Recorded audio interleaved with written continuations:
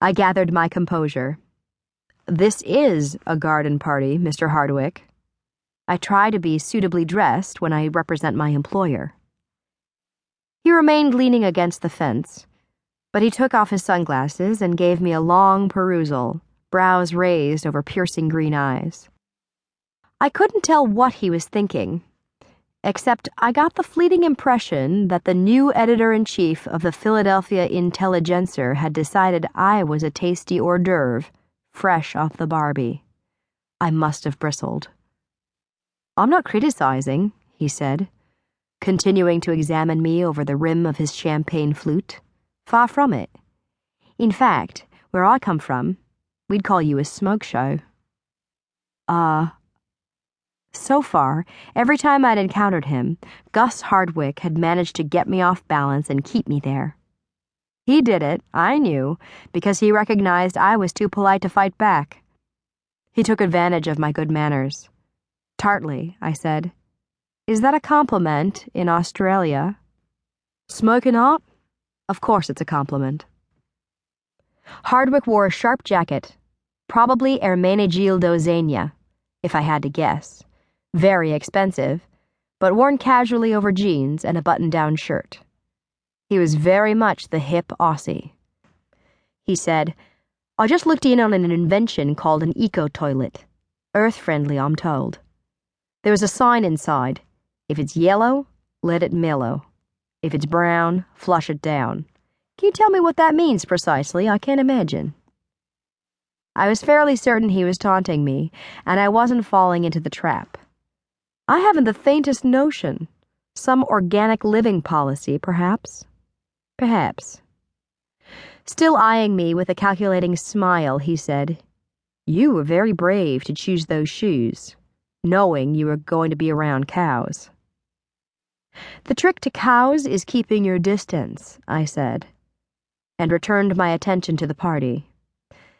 At least, when I wasn't looking at him, I could pretend he wasn't ogling me. "Don't you have cows in the land down under?" "Sheep. We have sheep in Australia. Last I was there, anyway." He stopped a passing waiter and scooped a glass of champagne off the silver tray.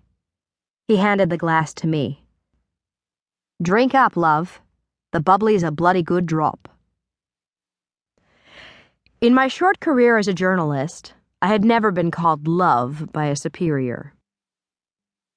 But the Philadelphia Intelligencer had been in a state of flux since the death of its owner, a retired tycoon who had treated the newspaper like one of his many expensive hobbies, with lax management and only periodic supervision.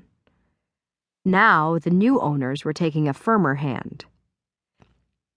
They had hired a new editor, Gus, once a slacker surfer who became a brash, journalistic buccaneer who cut his teeth on less reputable Australian newspapers owned by his family before escaping to Canada after a rumored scandal that his powerful father had hushed up.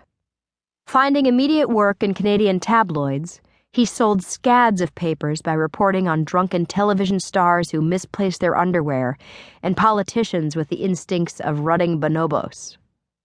I heard he paid vast sums of money for the unsavory photographic proof. In short, he sold newspapers in an era when other editors couldn't. Under his cutthroat regime, the staff of the Intelligencer lived in fear of their jobs. He had laid off half the journalists during his first week. Some of the remaining reporters claimed concern for their professional ethics.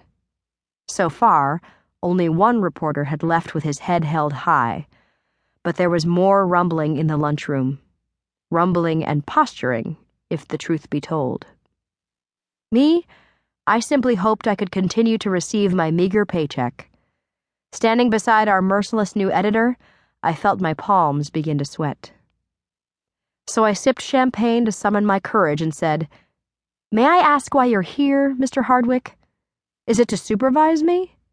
Is my work not up to snuff?" He gave me another unsettling look with his eyebrows raised. "Do I give the impression I'm snuffling your work, Nora?" I realize this is the first important profile I've been asked to write, but it's going well.